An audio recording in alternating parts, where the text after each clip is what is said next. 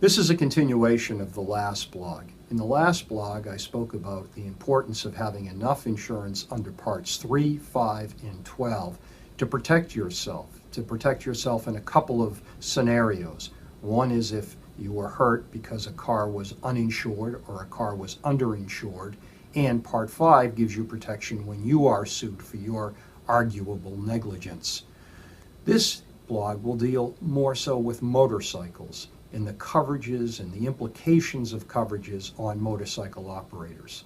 Unfortunately, motorcycle accident victims are often very badly hurt.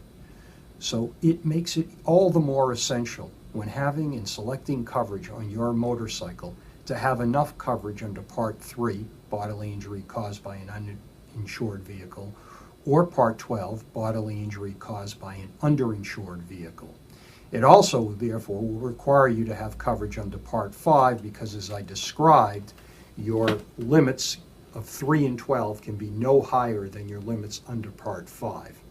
But motorcycles, because of the severity of the accident, and it's just physics, obviously, there's no vehicle there to protect a person who was struck while on a motorcycle.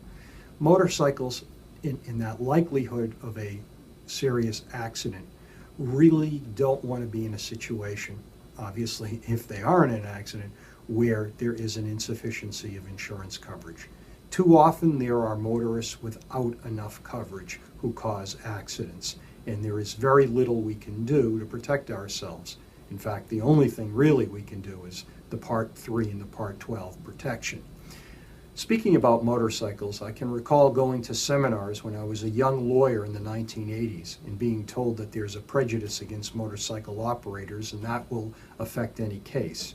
I can report happily otherwise, but perhaps that may be because the motorcycle operators whom I've represented have been very responsible, reliable, good clients to have. They've had their facts together, they've had their paperwork together, and they've made my job easier. Obviously, we don't like to generalize among a class, but I'm just often mindful of what I had heard in the 1980s about the perception of motorcycle operators, and happily I have found that not to be true. I will say that that doesn't change anything with respect to the coverage that you need. And to be sure, there are other coverages that apply to motorcycles involving property damage and involving PIP coverage, personal injury protection coverage, and medical payments coverage under Part 6. And the coverage selection page for a motorcycle really doesn't differ from any ordinary passenger vehicle that we have in Massachusetts.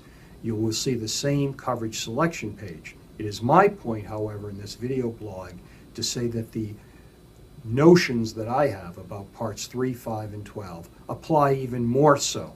I recall a law professor often using the term a fortiori, which is Latin. Well, this coverage discussion applies a fortiori even more so to motorcycle operators. If you have any questions about coverages or any questions about accidents, please call my office. Thank you.